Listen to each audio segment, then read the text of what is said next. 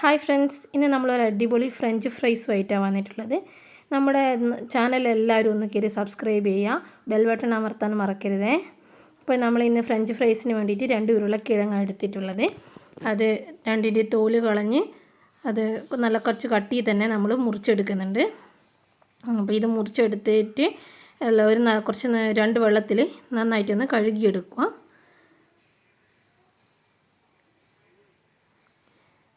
എല്ലാം കഴുകിയതിന് ശേഷം കുറച്ച് വെള്ളം ചൂടാക്കിയിട്ട് അതിനകത്തേക്ക് ഈ ഉരുളക്കിഴങ്ങെല്ലാം ഇട്ട് കൊടുത്ത് ഒരു 5 മിനിറ്റ് നല്ല സ്പീഡിൽ തന്നെ വേപ്പിച്ചെടുക്കുക.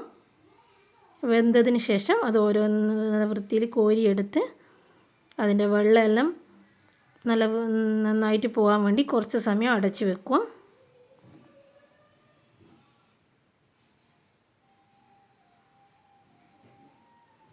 അതായത് കുറച്ച് അതിൻ്റെ വെള്ളമെല്ലാം പോയതിന് ശേഷം നമ്മളതെടുത്ത് ഒരു പാത്രത്തിലേക്ക് മാറ്റി ഇതിലേക്ക് ഒരു 1.5 സ്പൂണ് കോൺഫ്ലവറാണ് ഞാൻ ചേർക്കുന്നത്. ആവശ്യത്തിന് നോക്കിയിട്ട് ചേർത്താൽ മതി.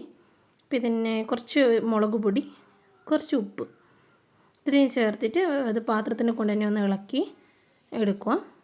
അപ്പോഴത്തേക്ക് നമ്മൾ ഇതിന് വേണ്ടി ഉപയോഗിക്കേണ്ടത് സൺഫ്ലവർ ഓയിലാണ്. സൺഫ്ലവർ ഓയിലാകുമ്പോൾ കുറച്ചും കൂടി നല്ല ടേസ്റ്റ് ഉണ്ടാകും. അപ്പോൾ അത് ഒന്ന് ചൂടാക്കാൻ വെക്കുക. നന്നായിട്ടൊന്ന് ചൂടായിട്ടാകുമ്പോൾ നമ്മൾ ഇത് അതിനകത്തേക്ക് ഇട്ടാൽ മതി. അപ്പോൾ ഇത് നന്നായിട്ട് ഇപ്പോൾ ഇളകിയിട്ടുണ്ട്. ഇനി ഇത് ചൂടുള്ള സൺഫ്ലവർ ഓയിലിലേക്ക് നമ്മൾ ഇട്ട് കൊടുക്കുന്നതാണ്. ഓരോന്നായിട്ട് ഇട്ട് കൊടുത്ത് നമുക്കത് വറുത്ത് കോരാം. അപ്പോൾ ആ സമയം കൊണ്ട് നമുക്ക് കുറച്ച് മയോണൈസ് ഉണ്ടാക്കാം. അതിന് 2 മുട്ട, ഒരു അര ചെറുനാരങ്ങ, ഒരു 3 അല്ലി വെളുത്തുള്ളി, കുറച്ച് ഉപ്പ്, ഇത്രയേ വേണ്ടൂ.